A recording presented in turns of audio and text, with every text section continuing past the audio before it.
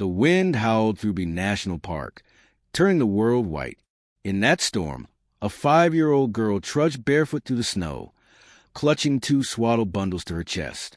Her name was Emma Brooks, and if she stopped walking, her baby brothers would die. Her jacket was thin, mittens soaked, but she whispered to herself, almost there. Behind her, the cabin they'd hidden in was buried. Her mother had gone to find help and never returned. If something happened, she'd said, find your Uncle Alex. He'll keep you safe.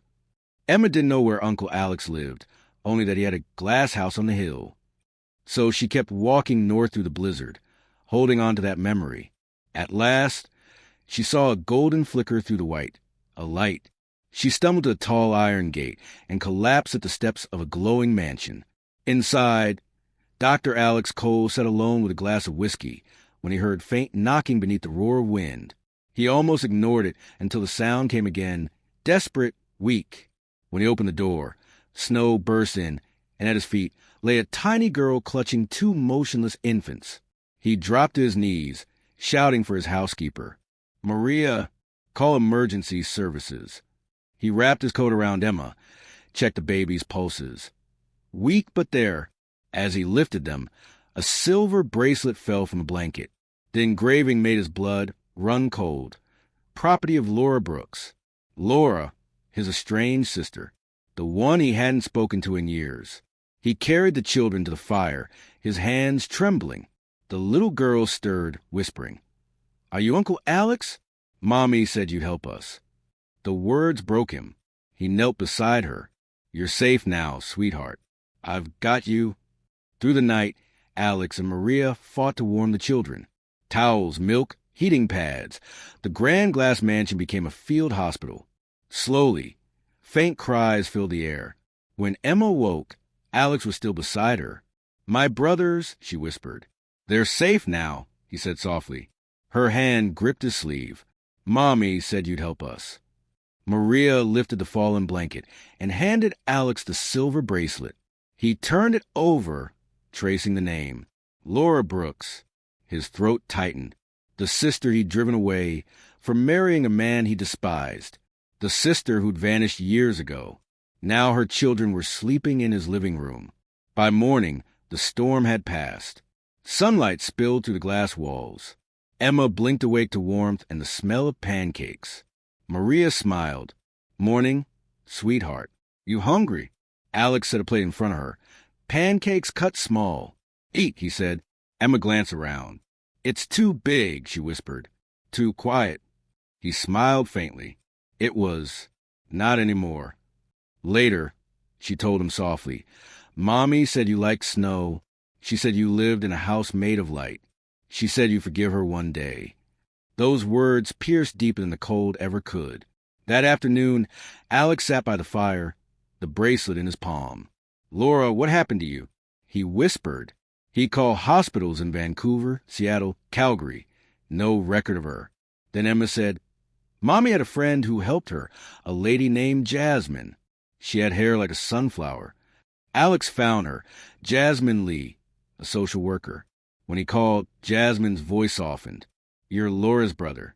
We've been trying to reach you. She disappeared 3 weeks ago. Her condition was worsening. She had leukemia. Alex went silent. She refused the hospital. Jasmine continued. Didn't want to leave her children.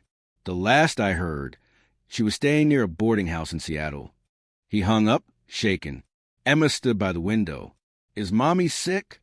He knelt beside her. Yes, sweetheart, but we'll find her. I promise. The next morning, he packed the SUV with blankets and supplies. Maria insisted on coming.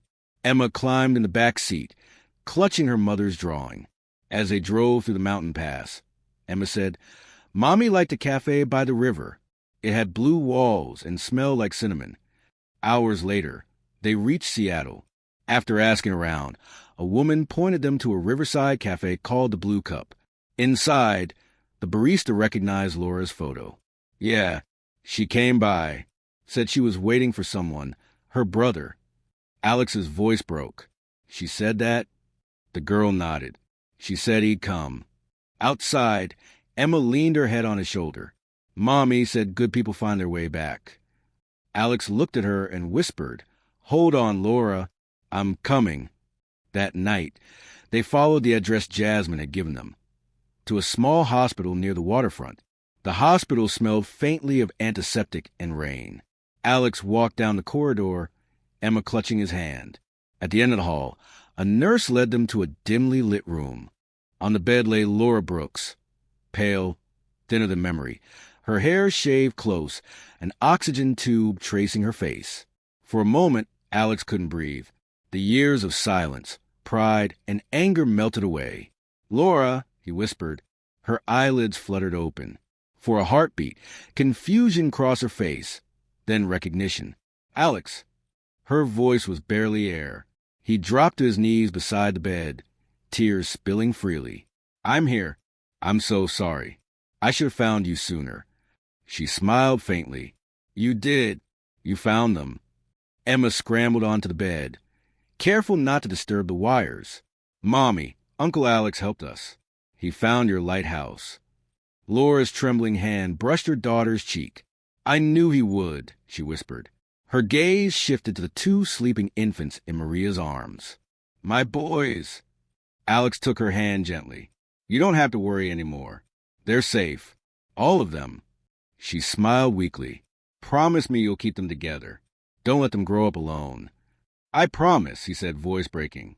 For the first time in years, brother and sister spoke honestly. They talked of childhood summers, of the fight that had driven them apart, of everything they never said. Outside, snow began to fall again, soft and silent.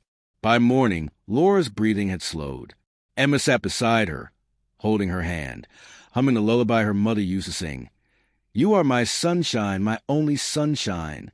When Laura's hand finally went still, Emma looked up at Alex. He gathered her into his arms and whispered, "She's with the light now." Weeks later, the glass house on the hill no longer felt empty. Baby cries echoed down the hall, sunlight spilling through every window. Emma had her own room painted sky blue, with her mother's bracelet framed on the wall. Every morning, Alex made pancakes the way Laura did, small, with honey instead of syrup. Emma giggled when he burned them. "Mommy said you were a terrible cook," she teased. He laughed, a sound he hadn't made in years. She was right. Slowly, the mansion became a home again. One evening, Maria found Alex sitting by the fire, watching Emma draw with her crayons. "You did right by them," she said. He looked up. "No, Laura did. She kept walking through that storm until she found me." Outside, the mountains gleamed under moonlight. Emma came running, clutching a crayon drawing. "Uncle Alex, look, it's Mommy's lighthouse. And that's us inside." He smiled, pulling her close. "That's beautiful, sweetheart." She said love is like light, Emma said softly. "Even when it's gone, it still shines somewhere." Alex nodded, eyes wet. "Yes, it does." He hung the drawing beside Laura's bracelet, then lifted the little girl onto his shoulders. Together they looked out across the snow, where faint stars blinked through the night. For the first time in a long while, Alex felt peace. The house of glass, once built to keep the world out, had become a beacon. Epilogue. A year later, the storm that once nearly took 3 lives was remembered for something else. Locals called it the Night of the Miracle Children. Dr. Alex Cole established a small foundation in his sister's name, the Laura Brooks Shelter, a safe haven for lost children and single mothers. Emma cut the ribbon with her brothers beside her, smiling shyly for cameras. When a reporter asked her what her mother had taught her, she said simply that even when the world is cold, someone's light can find you. As applause filled the air, Alex looked up at the mountains, snow glinting under morning sun. And for a brief moment, he could almost hear Laura's voice in the wind, soft, forgiving, free. "Thank you for finding them." He closed his eyes, smiling. "No," he whispered. "You found me,